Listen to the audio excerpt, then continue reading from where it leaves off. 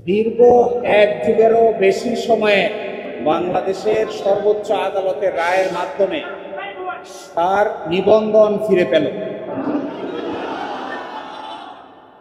Politically motivated PIL বা রাজনৈতিক উদ্দেশ্যে দায়েরকৃত মামলার মাধ্যমে জামায়াতের নিবন্ধন কেড়ে নেওয়া হয়েছিল। আজকের এই রায়ের মাধ্যমে বহুদলীয় গণতান্ত্রিক এবং অংশগ্রহণমূলক সংসদ প্রাপ্তি নিশ্চিত হল।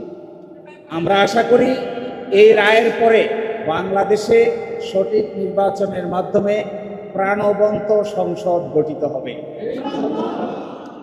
জাতি, ধর্ম, বর্ণ, শ্রেণী নির্বিশেষে সকলেই তাদের ইচ্ছা অনুযায়ী ভোটাধিকার প্রয়োগ করে জামায়াত ইসলামের নেতৃবৃন্দকে বেছে নেবেন, এটা আমরা প্রত্যাশা করি।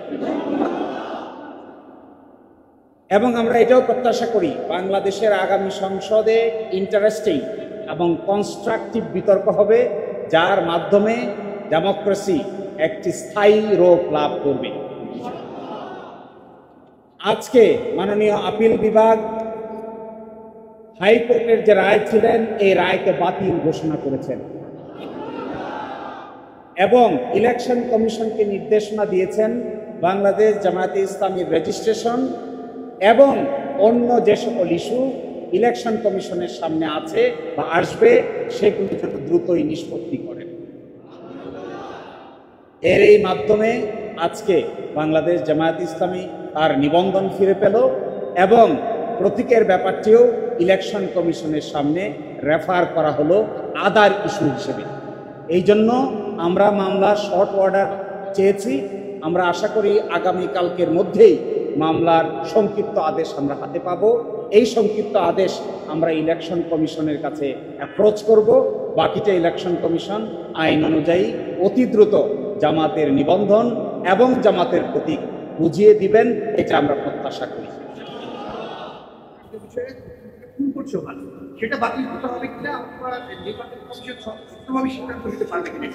যে আজকে যে ডাইরেকশন দিয়েছেন আপিল বিভাগ, সেই ডাইরেকশনে বলেছেন জামায়াতের রেজিস্ট্রেশন এবং অন্য কোনো ইস্যু যদি ইলেকশন কমিশনের সামনে থাকে তাহলে যেন ইলেকশন কমিশন এটা ডিসপোজ করে। এই অন্য ইস্যু বলতে আমরা বোঝাচ্ছি এটি হলো প্রতীক সংক্রান্ত ইস্যু। আমরা আশা করি ইলেকশন কমিশন নিবন্ধনের ইস্যু নিষ্পত্তি করবেন, একই সাথে অন্য ইস্যু হিসেবে দাঁড়িপাল্লা প্রতীকের ব্যাপারটিও নিষ্পত্তি করবেন।